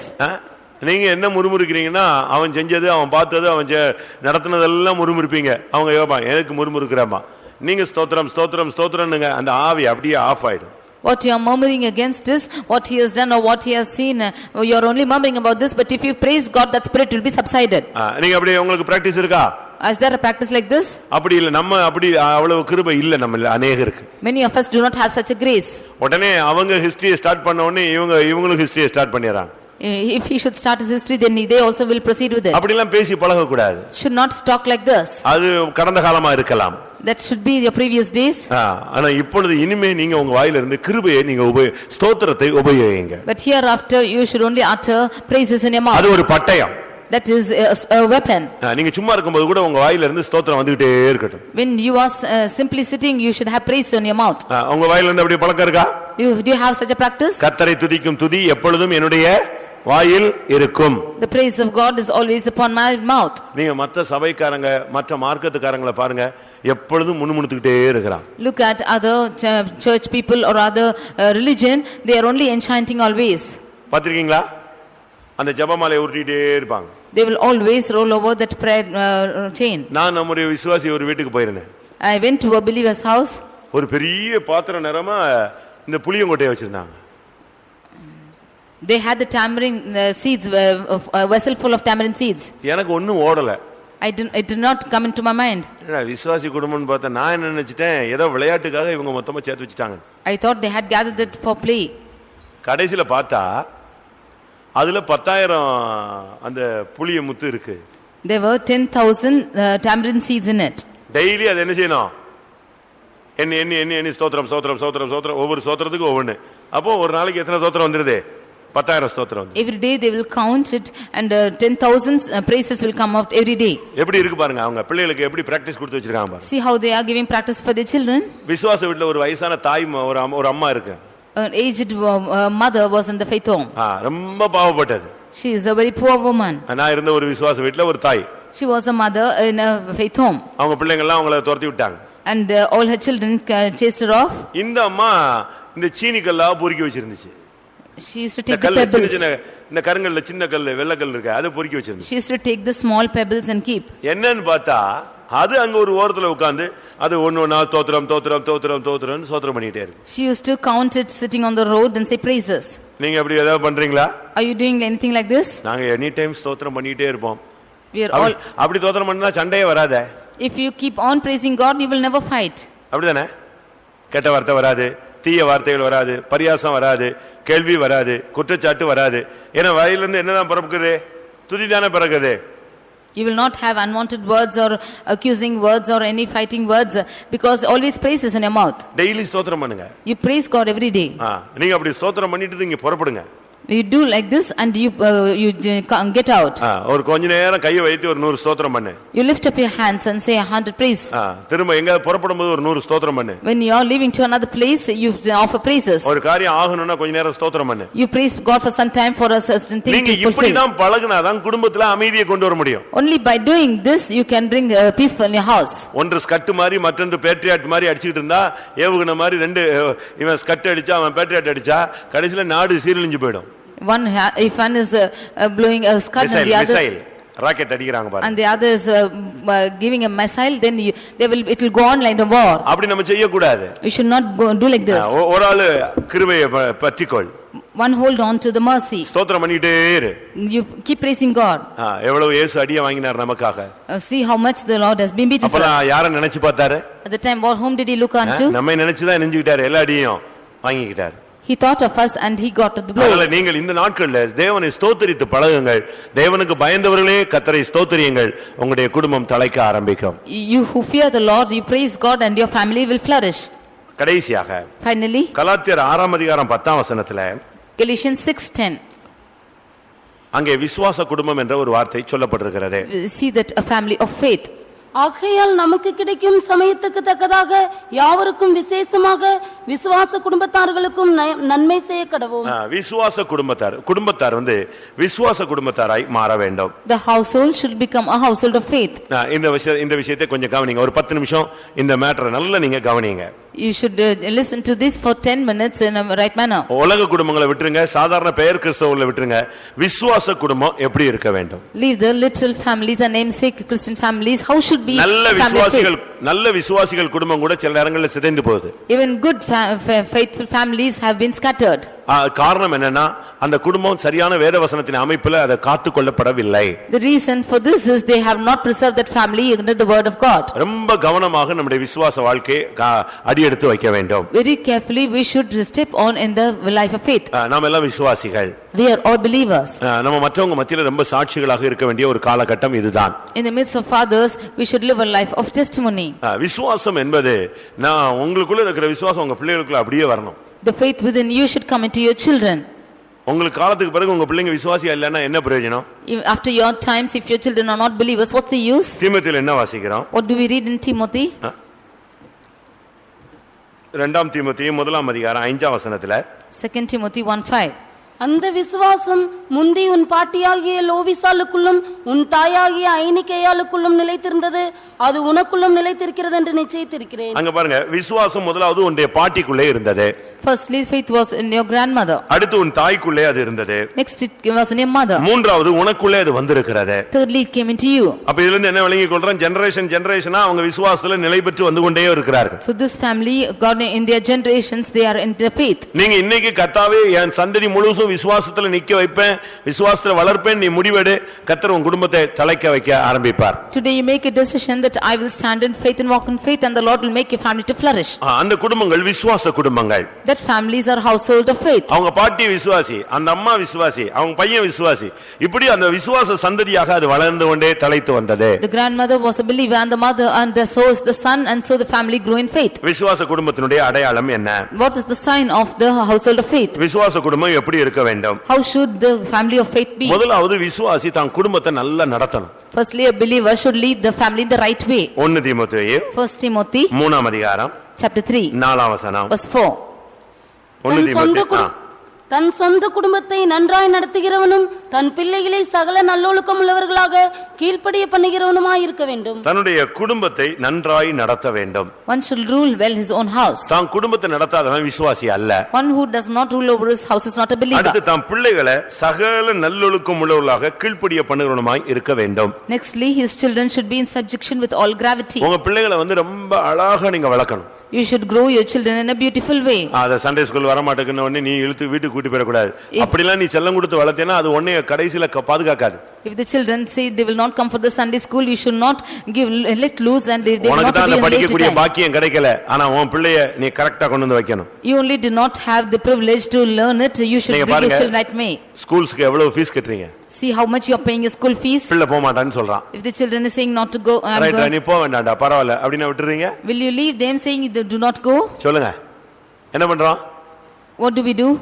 அடிச்சு இழுத்து கொண்டு போய் அங்க விட்டு அது கத்துன்னு கத்துனாலும் கேட்டுக்குள்ள விட்டுட்டு நீங்க பாட்டுக்கு அப்படியே கல் மனசு மாதிரி வந்துடுறீங்களே.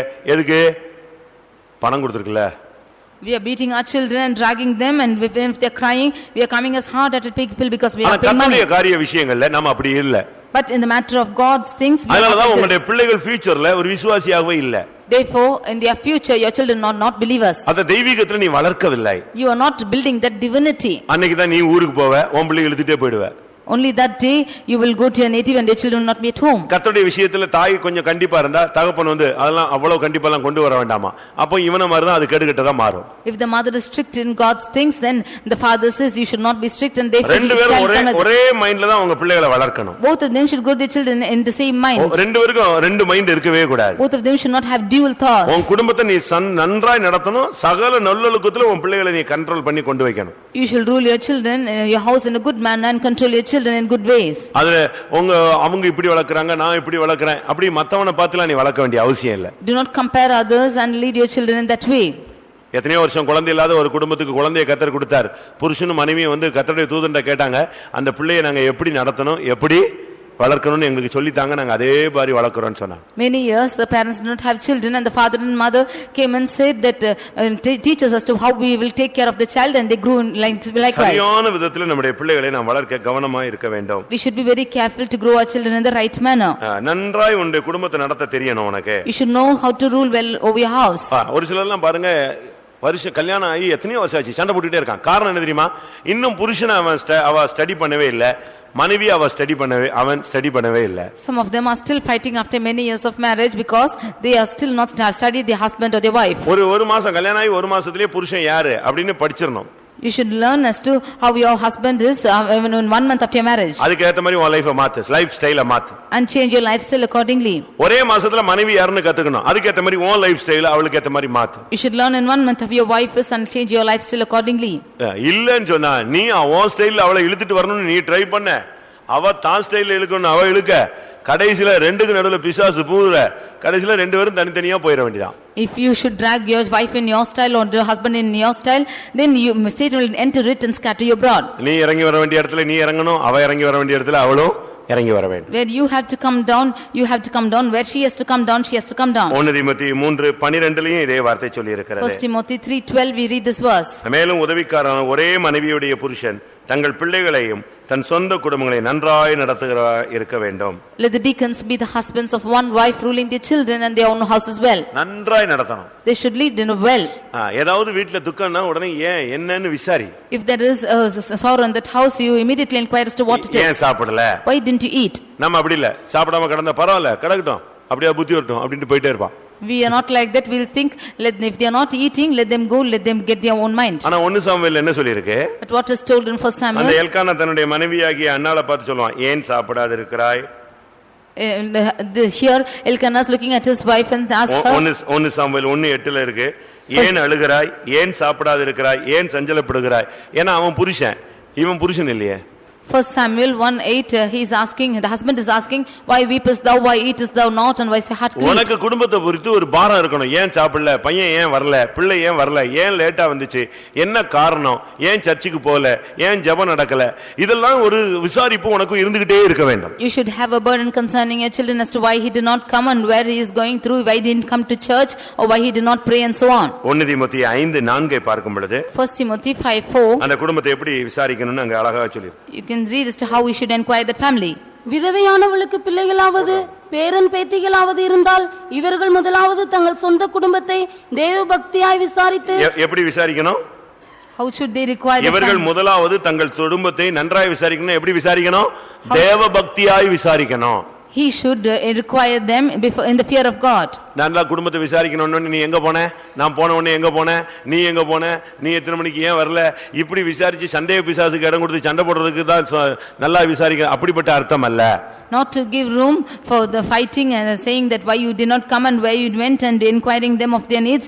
No, you should not go mad like this. இவர்கள் முதலாவது தங்கள் சொந்த குடும்பத்தை எப்படி விசாரிக்கணும்? தேவபக்தியாய் விசாரிக்கணும். Firstly, they should show piety to their own family and require them. ஜெபம் பண்ணிட்டீங்களா? Have you prayed? ஜெபம் பண்ணி முடிஞ்சிருச்சா? Is your prayer over? எல்லாரும் ஜெபத்துக்கு வந்தீங்களா? Did all come ஐயோ for prayer? எனக்கு வர முடியல, லேட் ஆயிருச்சு அப்படி சொல்லணும். You should say I am grieved because became late for me. தேவபக்தியாய் நீ விசாரிக்கணும். You should deal them in a godly manner. சர்ச்சுக்கு கிளம்பியாச்சா, ஒயிட் ட்ரெஸ் ஏன் போடல, ஒயிட் ட்ரெஸ் மாட்டு அப்படின்னு சொல்லணும். இல்ல இருக்கிறதுலயே டிரான்ஸ்பரண்டா ஒரு கலர்ஃபுல்லா இந்த ஃப்ளோரசன்ட் கலர்ல போட்டுவான்னு சொல்லக்கூடாது. You should ask us to have you got ready, you should come in white and so on, and you should not encourage them to put on fluorescent dress. சர்ச்சுக்கு வர்ற ஒண்ணே யாரும் பார்க்க கூடாது, நீ கர்த்தரை பார்க்க வேண்டும். You should others should not look upon you, you should look into the Lord. தேவபக்தியாய் உன் குடும்பத்தை விசாரிக்க நீ பழக வேண்டும். In a divine manner you should inquire your family. அடுத்து அதிலேயே சொல்லிருக்கு, பெற்றார் செய்த நன்மைகளுக்கு பதில் நன்மைகளை செய்ய பிள்ளைகளுக்கு நீ கற்றுக் கொடுக்க வேண்டும். Nextly, you should make your children to learn to do good unto the parents to what they have done. நீ படுற கஷ்டங்கள், நீ படுற வேதனைகள் உன் பிள்ளைக்கு தெரிஞ்சா, ஐயோ என்ன எங்க அம்மா அப்பா எப்படி வளர்த்தாங்கன்னு சொல்லுவாங்க. If the children know as to what difficulty you are going through to grow, then they will say how my parents grew up. பதில் நன்மை செய்ய உன் பிள்ளைகளுக்கு நீ கற்றுக் கொடுக்க வேண்டும். You should make you teach your children to require good. 1 தீமோத்தேயு 5:8 பார்க்கும் பொழுது 1 Timothy 5:8 தன் சொந்த குடும்பத்தை தன் வீட்டாரை விசாரியாமல் போனால் அவன் விசுவாசத்தை மறுதலித்தவன், அவிசுவாசியிலும் கெட்டவன். If one is not providing for his own house, then he has denied the faith and was then an infidel. தன் வீட்டாரை நன்றாக விசாரிக்கணும். You should go and inquire your family. அவங்களுடைய தேவைகளை விசாரிக்கணும். You should inquire the needs. அந்த பிள்ளைகளுடைய தேவைகளை நீங்க சந்திக்க வேண்டும். You should meet the needs of the children. அவ்வளவு வசதி இல்லைன்னா நீங்க அதுக்காக ஜெபிக்க வேண்டும். If they have no facilities, you should pray for them. நல்ல விதத்துல நம்முடைய குடும்பத்தை நாம் கொண்டு வர வேண்டும். We should bring a family in a well manner. தீத்து 1 அதிகாரத்திலே 6 வசனத்தை பார்க்கும் பொழுது Titus 1:6 குற்றஞ்சாட்டப்படாதவனாய் இருக்க வேண்டும். You should not be without accusation. துன்மார்க்கர் என்று அடங்காதவர்கள் என்று பெயரெடுக்காத விசுவாசமுள்ள பிள்ளைகளை உடையவனாய் ஒரு விசுவாசி இருக்க வேண்டும். A believer should have faithful children which should not be accused of riot or unruly. விசுவாசிகளுடைய பிள்ளைகள் துன்மார்க்கர் என்று பெயரெடுக்க கூடாது. The children of believers should not be accused or calling a riot. அடங்காதவர்கள் என்று பெயரெடுக்க கூடாது. Should not say that they are disobedient. எப்படிப்பட்ட பிள்ளைகளா இருக்கணும்? How they should be found? விசுவாசமுள்ள பிள்ளைகளை உடையவனாக அவன் இருக்க வேண்டும். They should have children who are of faith. உங்களுடைய பிள்ளைகளை விசுவாசமுள்ள பிள்ளைகளாக, தெய்வீகமுள்ள பிள்ளைகளாக நீங்கள் வளருங்கள். You should grow your children as faithful children and divine children. அது ஒரு பெரிய கிருபை. That is a great grace. ஏன் தெரியுமா? நம்ம படிக்க வைக்க முடியும், ஸ்கூலுக்கு அனுப்ப முடியும், காலேஜுக்கு அனுப்ப முடியும், அதுக்கு தேவையான எல்லாம் கொடுக்க முடியும். ஆனா பின்னாலேயே போக முடியுமா?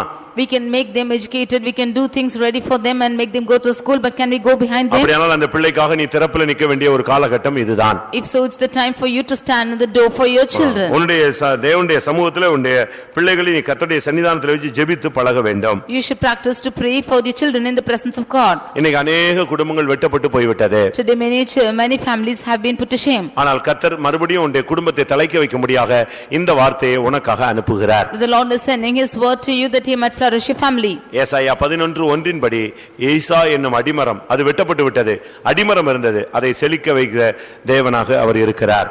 Isaiah chapter 11 verse 1 we see that the root has been faded out, but the Lord makes it to come out. வாசியுங்கள். ஈசா என்னும் அடிமரத்திலிருந்து ஒரு துளி தோன்றி அவன் வேர்களிலிருந்து ஒரு கிளை எழும்பி செழிக்கும். இயேசு அந்த குடும்பத்திலே வந்த பொழுது தாவீதின் குடும்பம் செழிக்க ஆரம்பித்தது. When Jesus came into that family, the house of David began to வீட்ல flourish. இயேசு தான் பெரியவராக இருக்க வேண்டும். Jesus should be great in your house. உன்னுடைய வீட்ல அவருக்கு தான் நீ முக்கியத்துவம் கொடுக்க வேண்டும். You should give importance for him alone in your house. உன்னுடைய குடும்பத்தை மறுபடியும் அந்த அடிமரம் வெட்டப்பட்ட அடிமரத்திலிருந்து கர்த்தர் துளிர்க்க வைக்க வல்லமையுள்ளவராய் இருக்கிறார். The roots which have been cut off, the Lord is able to sprout from it. எல்லாவற்றுக்கும் மேலாக, above all, கடைசியாக, finally, எபிரேயர் 11:7 படி உன்னுடைய குடும்பம் ரட்சிக்கப்பட வேண்டுமானால் நீ பேழையை உண்டு பண்ண வேண்டும். Hebrews 11:7 if your household should be saved, you should make an ark. 11:7 விசுவாசத்தினாலே நோவா தற்காலத்திலே காணாதவைகளை குறித்து தேவ எச்சரிப்பு பெற்று பயபக்தி உள்ளவனாகி தன் குடும்பத்தை ரட்சிப்பதற்கு பேழையை உண்டு பண்ணினான்.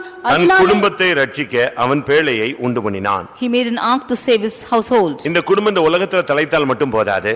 Not only the family is flourishing in this world. இந்த குடும்பம் இந்த உலகத்துல ஆதரிக்கப்பட்டால் மட்டும் போதாது. Not only they have been looked upon in இந்த this world. குடும்பத்துக்காக நீ ஓடி ஓடி சம்பாதித்தால் மட்டும் போதாது. Not going and earning for your family alone. இந்த குடும்பத்தை விசுவாச குடும்பமாய் நீ நிறுத்த போராடினால் மட்டும் போதாது. Not striving to make them a faithful house. நல்ல ஒரு குடும்ப வாழ்க்கை நீ வாழ்ந்து சாட்சியாக வாழ்ந்தால் மட்டும் போதாது. Not only living a good family life and living a life of testimony. இந்த குடும்பம் ரட்சிக்கப்பட வேண்டும். This family should be saved. இது எழுத்தின் பிரகாரமான ஆரம்ப ரட்சிப்பு அல்ல, ஆத்தும ரட்சிப்பை காண்பிக்கிறது. This is not a little beginning salvation, but this is the salvation of soul.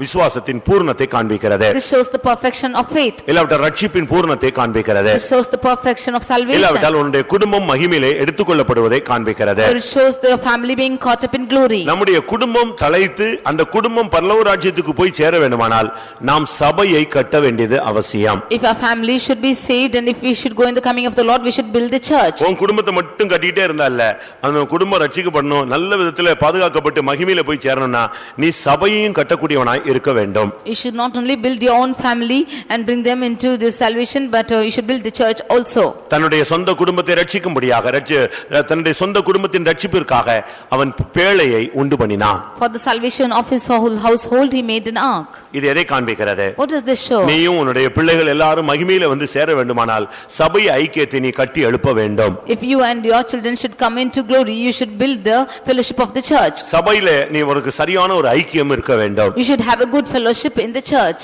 சபையை குறித்து ஒரு வெளிச்சம் இருக்க வேண்டும். You should have a light concerning the church. ஊழியர்களோடு ஒரு நல்ல ஐக்கியம் இருக்க வேண்டும். You should have a fellowship with the ministry. விசுவாசிகளோடு நல்ல ஒரு ஐக்கியம் இருக்க வேண்டும். You should have the fellowship with the believers. தேவனோடு ஒரு நல்ல ஐக்கியம் இருக்க வேண்டும். You should have a good fellowship with God. உன்னுடைய குடும்பத்துக்குள்ள ஒரு நல்ல ஐக்கியம் இருக்க வேண்டும். You should have a good fellowship with your family. இது யார் ஏற்படுத்தின பேழை? Who made this ark? Noah ஏற்படுத்தின பேழை. This was ark made by Noah. Noah என்று சொன்னால் இளைப்பாறினவன் என்ற அர்த்தம். Noah means a man of rest. ஒரு தேவனுடைய பிள்ளை இளைப்பாறுகிற வாழ்க்கையை பெற்றுக்கொண்டால் தான் அவன் சபையில கட்டினால் அந்த சபை கட்டி எழுப்பப்படும். If a child of God has the life of rest, only then he can build the church and the church will be built. நீங்க இந்த சபையினுடைய வளர்ச்சிக்கு உதவியா இருக்கீங்களா?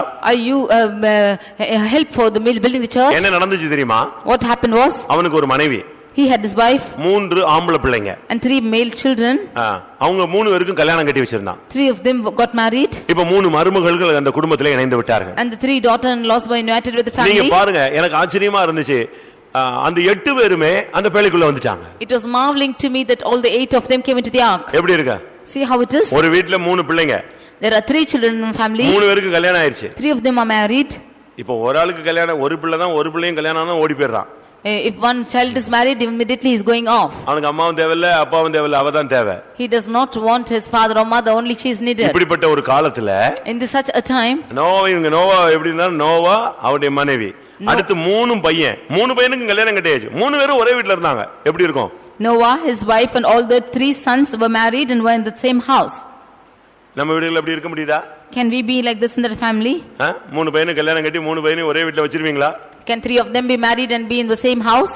இருக்க வைக்க முடியுமா? Can they be like this?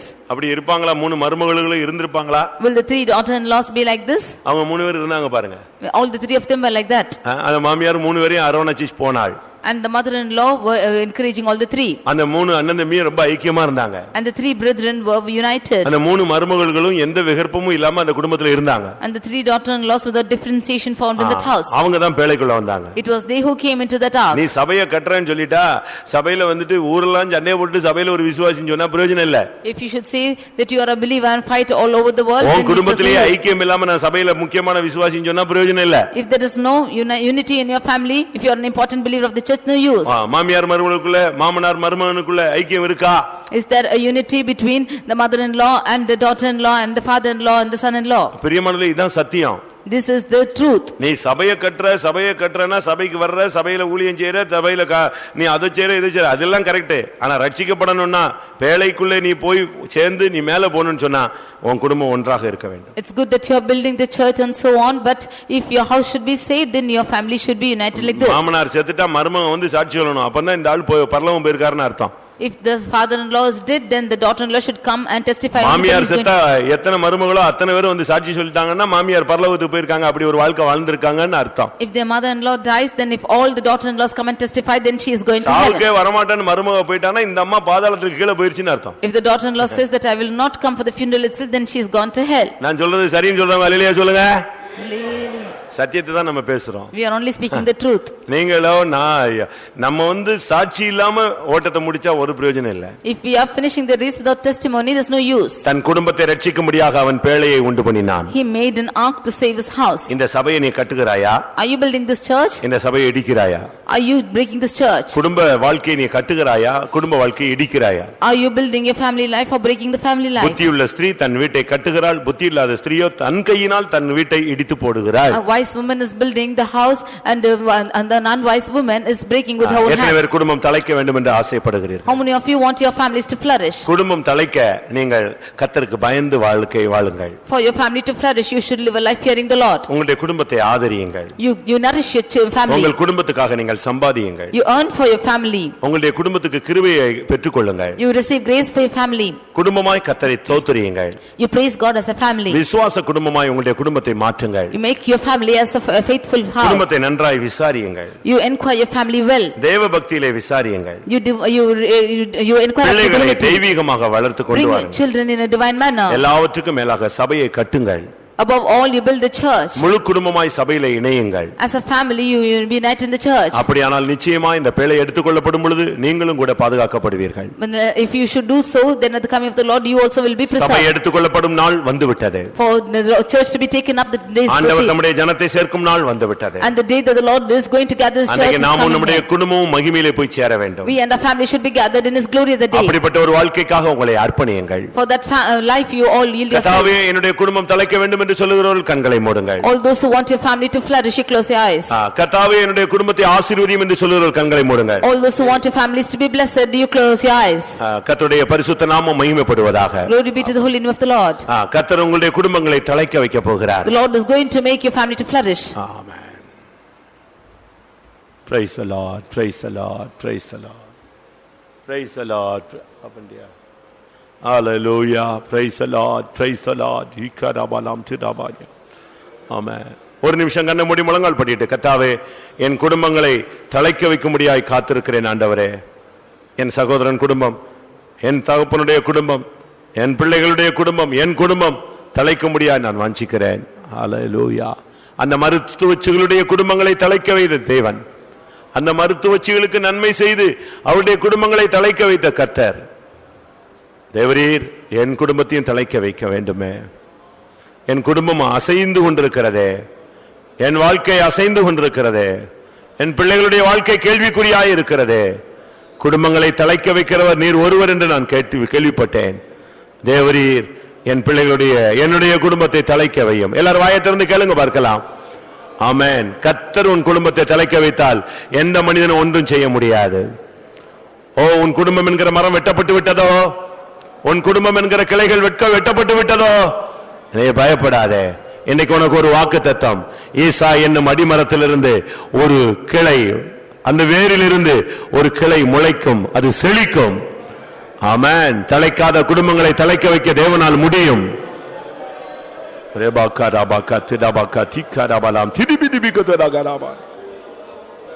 ஹல்லேலூயா, ஹல்லேலூயா. வாயை திறந்து ஒரு ஜெபம் பண்ணுங்க, முடிச்சிடலாம். எல்லாரும் வாயை திறந்து, கர்த்தாவே எங்களுடைய சபையில் உள்ள குடும்பங்கள் எல்லாம் தலைக்கணும். ஹல்லேலூயா. எல்லாம் விசுவாச குடும்பங்களாய் மாற வேண்டும். ஒவ்வொரு குடும்பங்களும் தலைக்க வேண்டும். ஹல்லேலூயா. எல்லா குடும்பங்களும் அந்த பேழைக்குள்ளே வர வேண்டும். நித்திய அழிவிலிருந்து ரட்சிக்கப்பட வேண்டும். ஒரு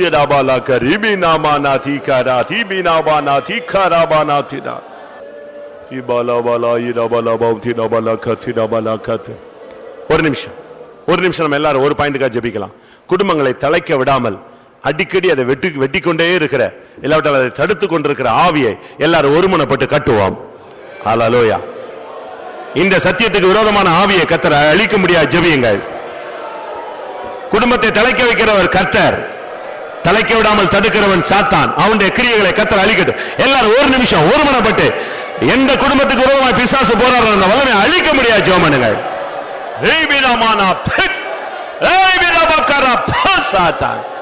குடும்பங்களை தலைக்க விடாமல் தடுக்கிறவன். அடுத்து ஒரு ஜெபம். என்னென்ன குடும்பங்கள் நசுங்கி ஒரு மாதிரி கிடக்குதோ அந்த குடும்பங்கள்லாம் இந்த இன்னைக்கு பிறகு, இந்த ஜெபத்துக்கு பிறகு எல்லா குடும்பங்களும் நல்ல துளிர் விடணும். சமாதானம் துளிர் விடணும், விசுவாசம் துளிர் விடணும், அன்பு துளிர் விடணும், தெய்வீகம் துளிர் விடணும். எல்லா குடும்பமும் தலைக்கணும். கர்த்தர் உதவி செய்ய முடியாது. உதவி செய்ய ஜெபம் பண்ணுங்கள். ஆமென். ஈசா என்னும் அடிமரத்தில் இருந்து அதன் வேரில் இருந்து ஒரு கிளை தோன்றி எழும்பி அதை செழிக்கும் என்று சொன்னவரே, ஒவ்வொரு குடும்பங்களையும் செழிக்கவையும் தலைக்கவையும் ஆண்டவர்.